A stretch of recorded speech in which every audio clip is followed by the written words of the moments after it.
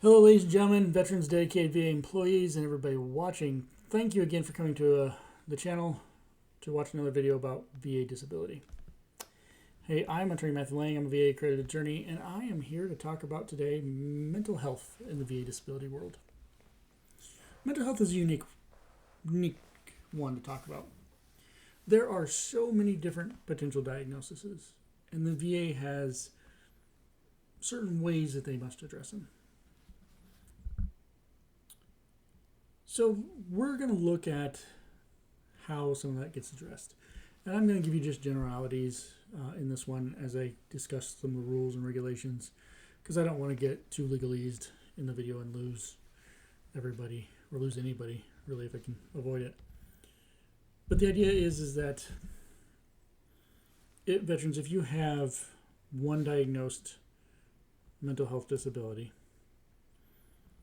you can't receive a separate diagnosis for another diagnosed mental health disability. The idea is also that veterans, if you claim one mental health condition, not knowing you have another one, your claim isn't limited to just what you've claimed. Those other diagnosed mental health conditions are also considered claimed. There's also the idea that when the VA has to develop claims for mental health conditions, that there are different things that are looked for in PTSD that's not looked for in depression or anxiety. And I'm going to throw in some of my 2 or 3 cents on those ones to kind of understand why and how perhaps they could still be using those rules together. So in no actual order of what I stated things, let's look at the idea of veterans first at the beginning where you file the claim. You file a claim for, we'll start simple, with an anxiety, and that's all you've got on your claim for mental health.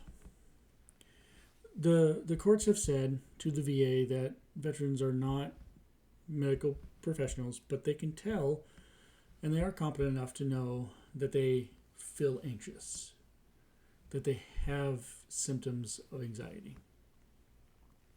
Anxiety can be from any diagnosis of a mental health condition, nearly. So the courts have said that VA cannot just look at the idea of anxiety as what's being claimed. The rule now interprets to the idea that a claim for a mental condition is a claim for all mental conditions. So veterans, if you're unsure of what diagnosis you have because for whatever reason you have not sought the treatment, you haven't felt comfortable doing so, just know that you don't have to claim every single one, anxiety, depression, PTSD, whatnot, for the VA to look at. The rules say that as long as you put one down, they've got to look at all of them. They've got to treat it as all. Now, what's going to happen here, as long as there's enough information in the file and it meets the criteria to get a VA exam, veterans are likely going to have a VA exam that's going to diagnose the mental health condition for you. Now, if the diagnosis is not the anxiety that you claimed, that's okay. Let's say in this case it's depression that gets diagnosed. The VA will is supposed to look at the diagnosis of depression in the facts of the facts of the case and the evidence that's both persuasive and unpersuasive, and actually give a non-conclusionary reason to why you were granted or denied this condition. But ultimately they have to address the diagnosed condition and the condition you've claimed. And many times what we were taught when I was in the VA was that we will put down the diagnosis as depression, and then we'll put in parentheses behind it claimed as anxiety in this case. So we can see that VA didn't forget to actually look at the claim that you claimed. It just so happens that a different diagnosis came out of the mix or was found in the evidence. Now, there could be diagnoses that you do have, veterans. You may feel you only have anxiety or know that you only have anxiety, but when they go through treatment records, say from a VA medical center of whether it be a hospital or a clinic, they may find that you have 2 mental health conditions diagnosed, and then that gets picked up as well. So let's say you claim anxiety thinking that's all you have, but somewhere along the line, you were diagnosed with anxiety and depression. Well, then they both get picked up. If you're granted, this is where the next fun part comes into play, then they get meshed into one evaluation. So let's move on to that part.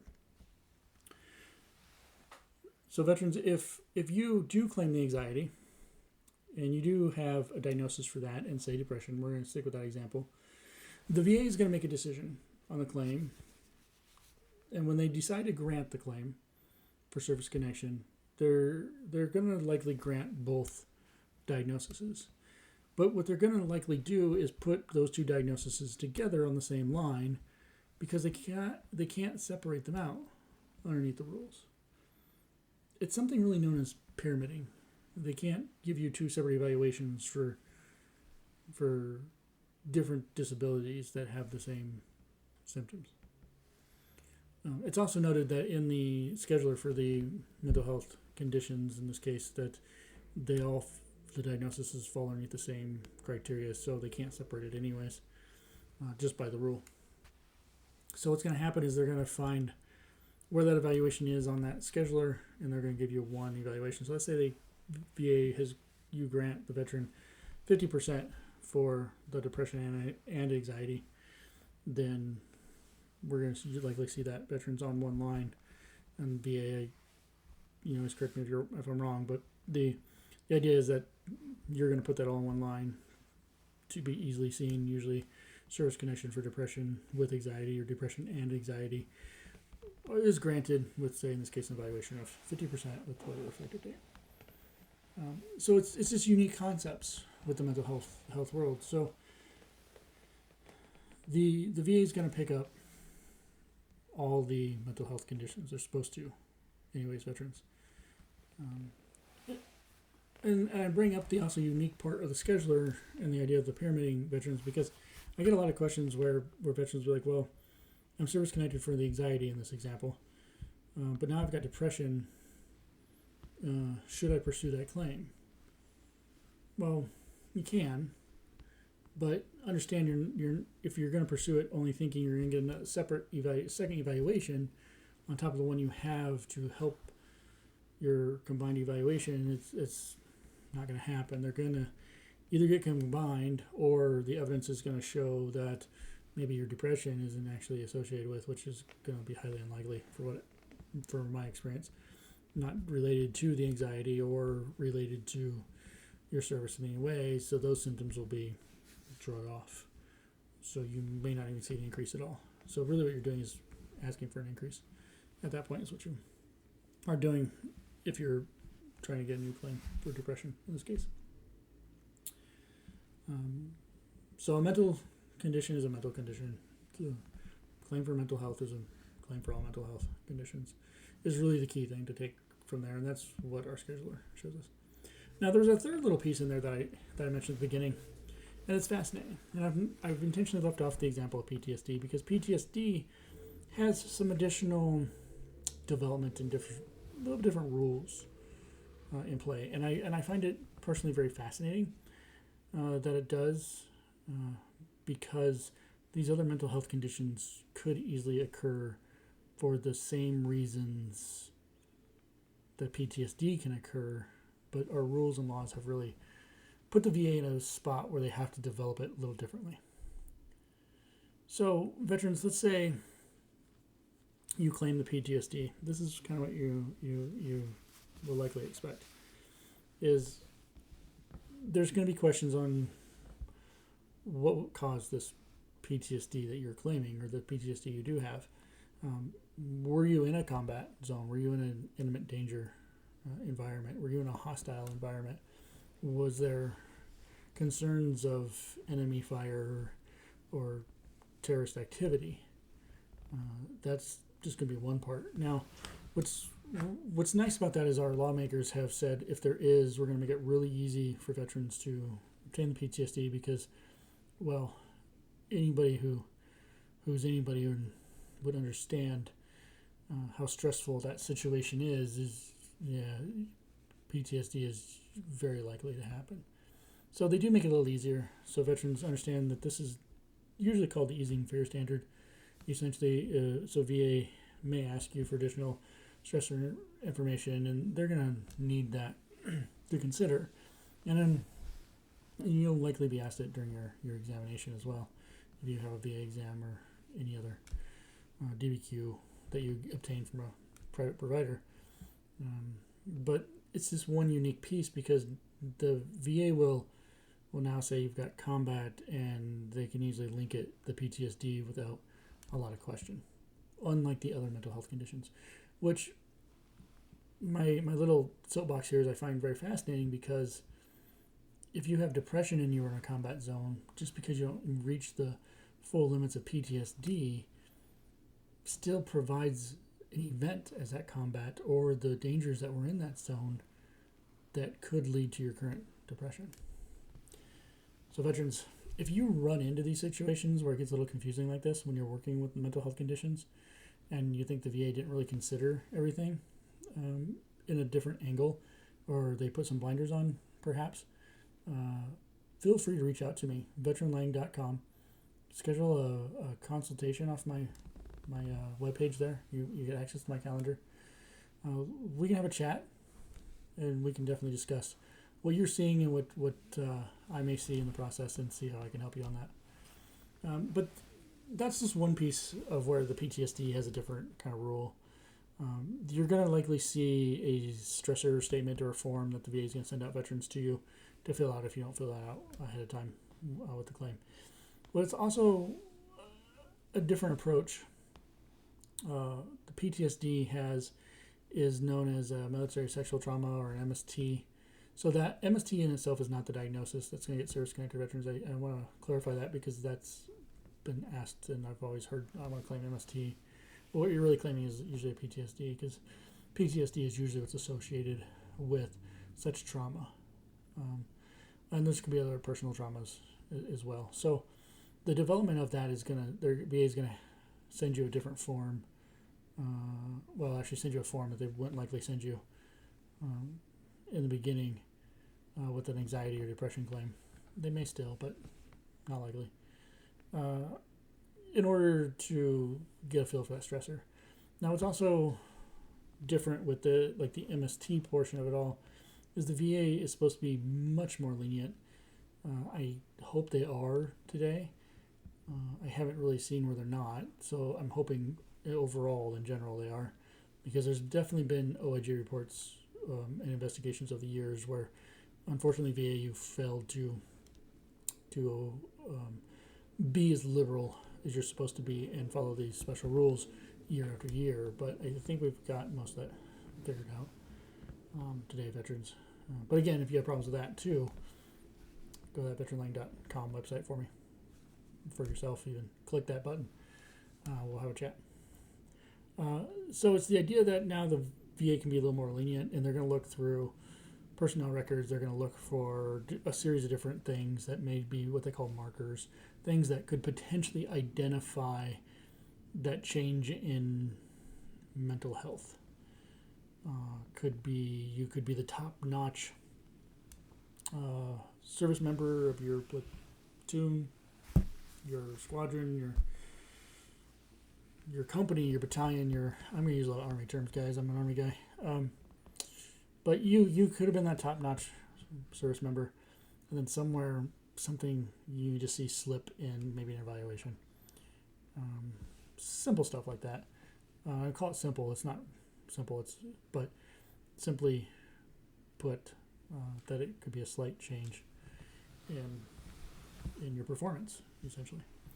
There's a few other things on there, but I don't want to get into a lot of detail and take up too much time in the video. But the point on this one here, veterans, is that the VA is going to have different rules to look at your PTSD claim differently. And because they're going to have different rules with your PTSD claim, that they have in their guidance and so forth, and in some of the law, is going to create potentially the existence of the appearance that more than one mental health condition is being evaluated. You still can't receive two separate evaluations. But let's say you claim the PTSD and you have depression, and the VA is able to grant the depression underneath all those facts of the case and all the evidence that you have. They're going to grant the depression, even though you claim PTSD. Now, they could potentially have different ways of doing this, but what I'm familiar with is now the PTSD has to be separately denied because of its uniqueness. So you may see both of them listed like that. So it looks like it would be potential that you could get both service connected and get different evaluations. But if you went back and got PTSD service connected with that depression, it's going to all be bunched into one line. Now, VA, I believe you may also have the opportunity to still put it on one line and just say claimed as, and maybe get creative in the narrative of it all. But veterans, there's different ways of doing it. Just know that you're not going to get separate evaluations either way, even if it looks like it's possible. Understand that if you do see them separated like that, one denied, one granted, it's usually because there's some different rules involved in like the PTSD and compared to your anxiety, depression, and other mental health conditions. So we talked about a few different things with mental health. The biggest things I wanted you to take away, veterans, is that the mental health claim is a claim for all mental health. VA, please don't forget that. I don't think you have on any claims I've seen so far. But yes, you claim one mental health condition, you could be service connected for a different one than what you claim just because of the way the diagnosis comes out. But know that it's got to be considered. So VA can't go, well, you claim anxiety, you have depression, we're just going to deny anxiety for no diagnosis and not address the depression. Court said they've got to address it. So it's a unique situation.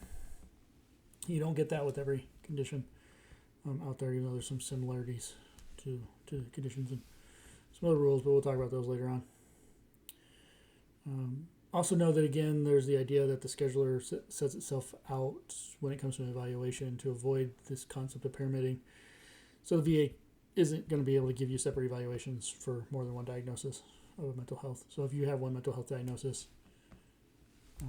claiming another one isn't going to do anything more than be a claim for increase if you've already got one service connected. Now, if you're denied for one, you can always claim the other one. That makes plenty of sense. There's also different development, as we talked about, between them again. Don't forget, PTSD's got some other moving parts. PTSD is more associated in a lot of times with combat operations, hostile enemy areas in theater, MST, again, the military sexual trauma, other personal traumas that occur during service. So there's definitely some additional rules that the VA is going to be prompt to follow in there. So those do become a little unique. One last thing I want to leave you with, though, that I failed to mention at the beginning, veterans, is another portion of the law I find very fascinating. Substance abuse, alcoholism, cannabis use, anything along those lines. By itself, as a mental health condition, is not service connectable. VA will not be allowed to just service connect your substance abuse problems if that's the only diagnosis you have. But what I think is fascinating is even though the rules say they can't do that, if you have, say, PTSD and you're granted that, but you also have the diagnosis of this substance abuse, this alcoholism, this cannabis use, or whatnot, the VA they kind of can now service connect it, the substance abuse, which is just really odd in the way the rule is, I think, written, because you may see PTSD with PTSD and substance abuse. But I think that creates some confusion in veterans as well, because I think then that gets out there in the public, like, oh, I can be service connected with my substance abuse only, and that's not where the rule works. So do recall that in the mental portion of it as well. But I'm not going to say ignore your substance abuse. Please take care of it for sure, but don't ignore it as a claim. If you do claim it, you are still technically claiming a mental condition for which one is supposed to be considered all. There's definitely strategies that we can use here as like myself as an attorney or other representatives can use with that. So I wouldn't ignore it completely. Just know that you're not going to get an evaluation by itself with it. Well, ladies and gentlemen, I thank you so much for watching another video. Understanding a little bit more about the mental health world when it comes to a VA claim. There are some different rules for mental health. There's definitely rules that are more beneficial for veterans in this case, and rules that do make receiving those diagnoses a lot easier with those evaluations in the process. So keep in mind the things that we've said here. If you got any additional questions, comments, please put them down below. I would love to hear anything anybody's got to see what we can address in the future and how we can expand this knowledge and learning with these videos here. I want to give the last little plug out there, veterans. Again, I'm always here to help building a bigger practice with all the knowledge I have in the VA. I am here to fight for you to get the benefits that you have fought for yourself, that you fully deserve from the service that and the sacrifices that you have also completed in your lifetime. I would encourage you going to the veteranlang.com website, scheduling a time to chat with me for a free case evaluation, for a consult. Let's see what the VA's got in their decisions. Let's see what evidence you've got. Let's see how I can help. If I can't, I do refer you off to other people. I know maybe some other bigger firms that handle some other bigger projects, but we're all out here as one big team trying to do the right thing for you veterans. So please don't forget veteranlang.com for your free case evaluation. Also, I encourage subscribing, liking, and sharing the channel to help get the word out there to other veterans and even to VA employees and anybody who wants to learn something more about VA disability and people who are seeking to help veterans or veterans who are seeking to get help themselves so that they know where to find some of that. Thank you again, everybody.